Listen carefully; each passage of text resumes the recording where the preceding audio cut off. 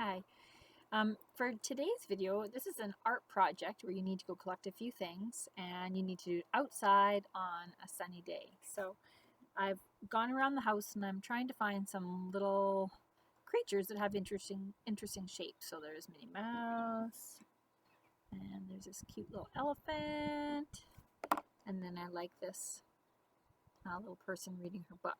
So what you're going to need is a piece of paper or your notebook and a pencil. So I'm going to tilt this down so you can see what I'm doing. The idea is that I'm going to try to put these little creatures down on my paper, and then I want to draw their shadow. So as you turn your creature around, you'll notice the different shadows that it makes. For example, I'll show you the shadow on the ground right here. Can you see the shadow? So as I turn her, you can see how her shadow changes. See, sometimes I can see her book, and sometimes I can't.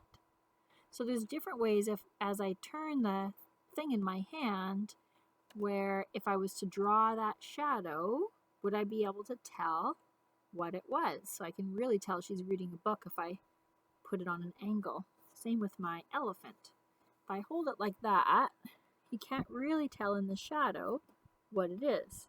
But as soon as I turn it, ooh, see how you can see his legs and his trunk? You start to be able to see down here. You start to see his shadow. So it's about 2 in the afternoon right now, and I think the sun is not quite low enough in the sky. It's still too high up.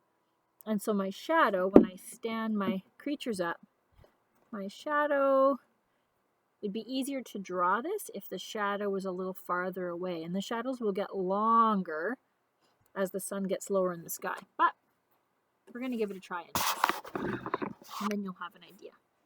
So I did the elephant already, and I had to cheat a little bit. So what I did was I held the elephant, and I really tried to keep my fingers out of the way so I didn't wreck the shadow.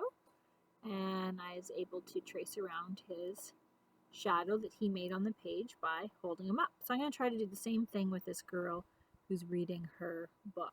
So I'm going to, I put a line on the page so it might look like she's sort of sitting on something.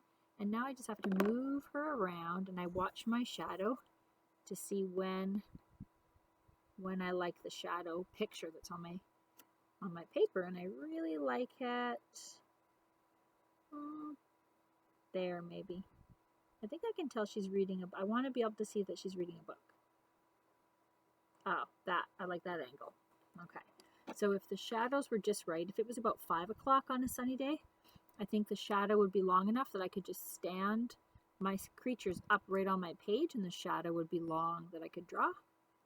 So it's not quite like that right now because the sun's a little bit too high above me. So now I'm going to draw on the shadow line that I see. Really carefully follow it along.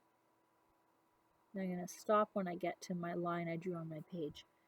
Oops, and if I move her at all, my shadow changes. So then when I go to start drawing again, I just have to move her back into the right shadow. Okay, there. Okay, come down around her hair and come up. There we go. Ooh, this is going to be neat.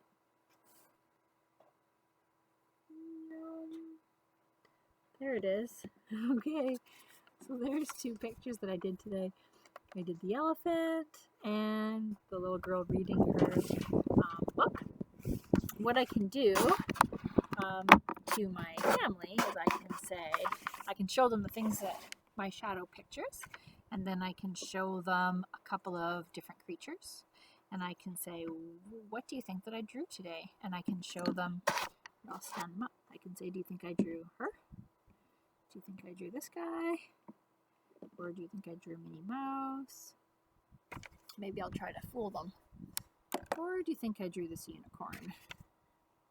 And then I'll hold up my picture and show them and say, okay, what do you think I drew? And then hopefully, if I did a careful enough job, my family will say, oh, that was the elephant shadow. And that must be the little girl reading shadow. So there you go.